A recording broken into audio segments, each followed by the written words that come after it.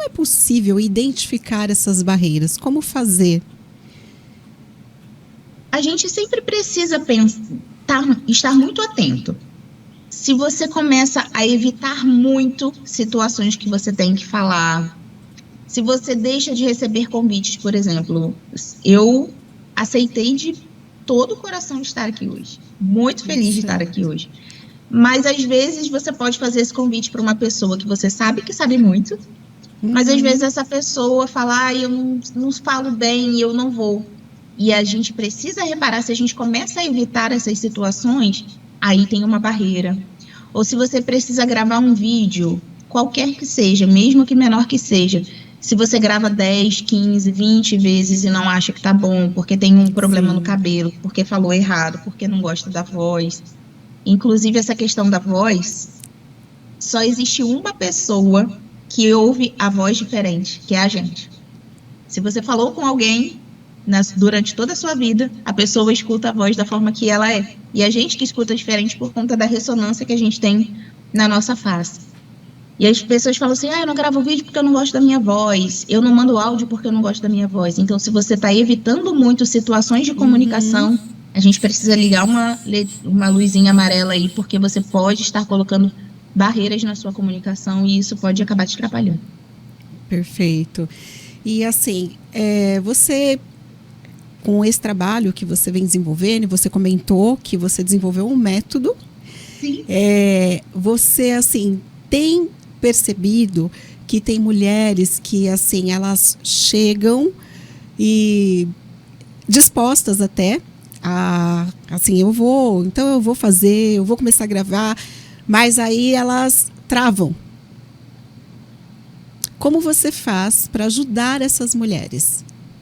O meu trabalho, ele é muito personalizado. Antes de começarmos qualquer trabalho, eu sempre converso para saber por onde passa esse medo. Porque a gente precisa identificar de onde está vindo. Porque não adianta simplesmente... Não é receita de bolo. Trabalhar com pessoas nunca é receita de bolo. A gente precisa identificar de onde é que está vindo. É o medo do julgamento? É mais a vergonha do que alguém vai falar? Ou não, foi uma situação muito grave que a pessoa sofreu na infância ou durante a faculdade. Sim. Dependendo do tipo de medo, de onde vem esse medo, a gente vai trabalhar nele para que ela trave. Mas a maioria das mulheres são algumas crenças muito leves.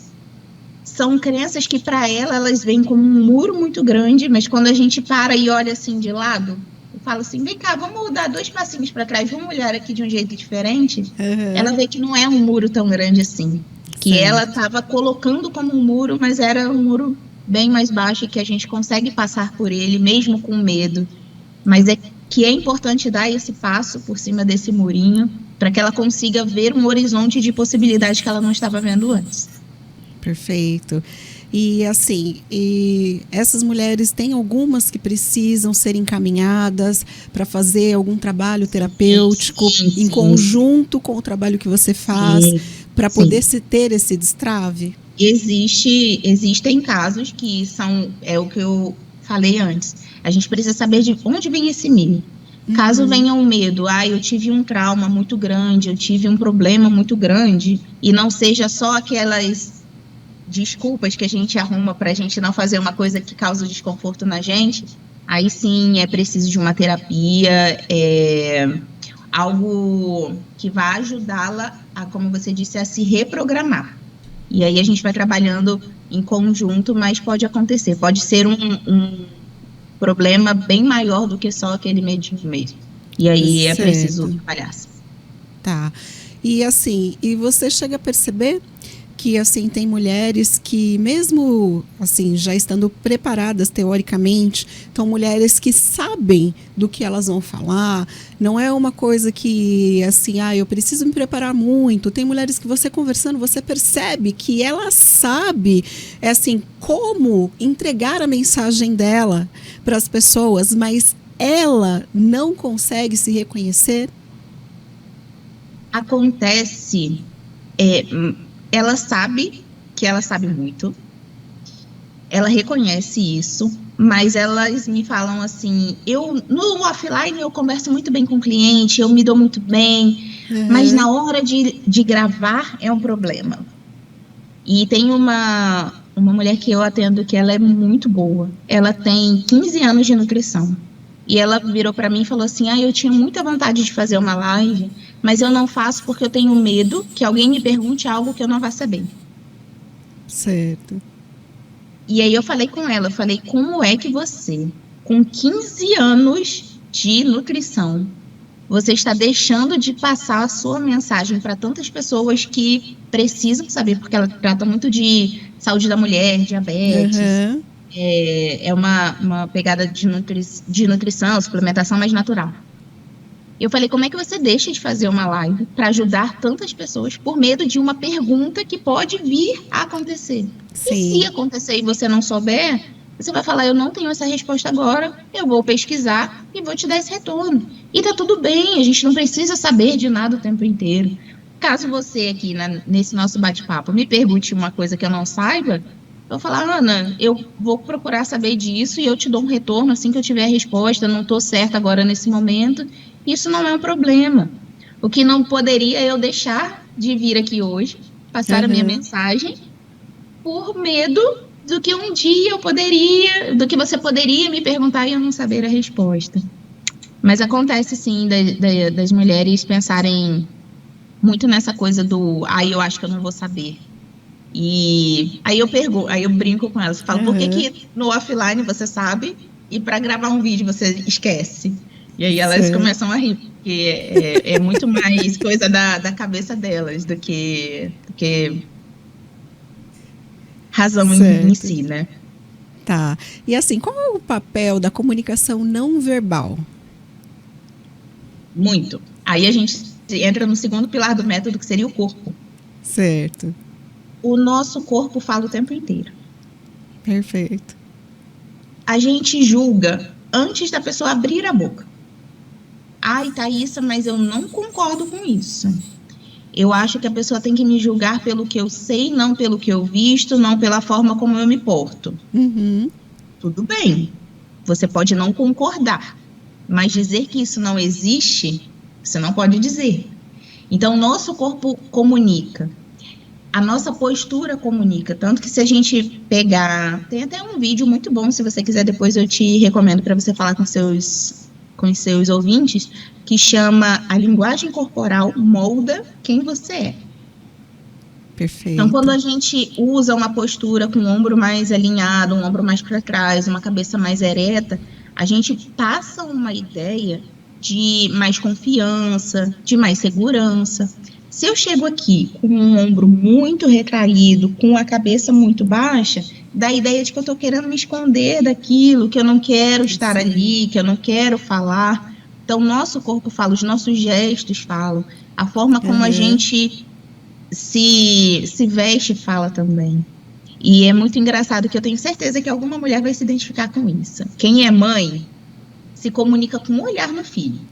Se o filho falou alguma besteirinha e ele não devia ter falado, a mãe só olha.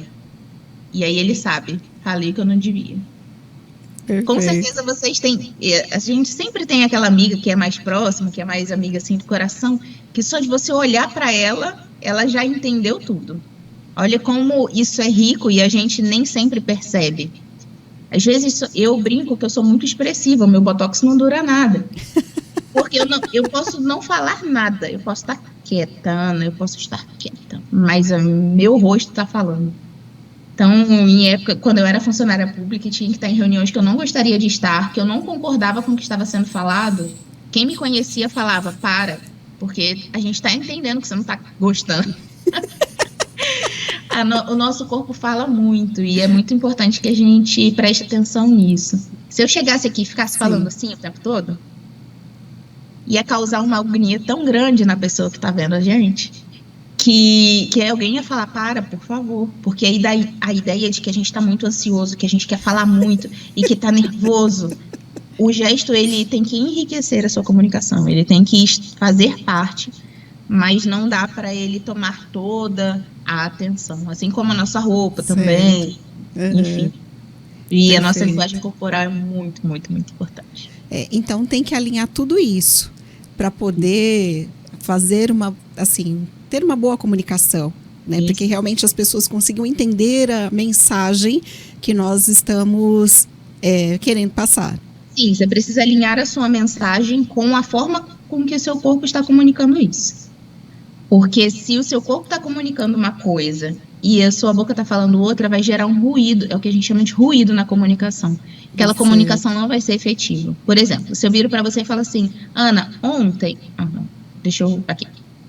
Ontem eu fui lá e faz para frente, vai surgir um ruído, porque o sinal esperado é o ontem. Uhum. Então, são coisas muito simples e muito pequenas que o nosso corpo fala muito, muito, muito. Não adianta você querer falar sobre autoconfiança se a sua postura está toda para dentro, seu ombro está caído, você está com uma postura mais baixa. Isso vai gerar um ruído na comunicação. E tudo isso, assim, você vai trabalhando e ensinando as mulheres a fazer esse alinhamento dos pilares. Faz muita diferença. A gente, além da postura, do gesto, a gente fala também sobre o tom de voz. Porque você não pode chegar numa aula de yoga e o professor tá, vamos fazer a postura! Não tem como. Existem tons de voz que combinam com algumas profissões e que não cabem em outras. Mesma coisa, normalmente uma professora de educação infantil, ela tem uma voz, né, mais doce, mais aguda, que traz aquele aconchego, aquela delicadeza. E a gente não pode ter uma advogada que fale assim, dessa maneira, meritíssimo. A gente precisa também entender como é que a gente coloca a nossa voz. Eu ensino muito a elas marcarem as palavras, dando a entonação na palavra que ela quer marcar, dando aquela pausa para que a pessoa saiba que aquilo é muito importante. Tudo isso a gente vai trabalhando e vai sendo muito lindo quando no final a gente vê uns vídeos assim, quando acaba, sabe? A gente fica muito feliz quando recebe uns vídeos das minhas mulheres assim, já falando e conversando e gravando no meio da rua sem medo de ser feliz, e eu fico muito, muito feliz e muito honrada.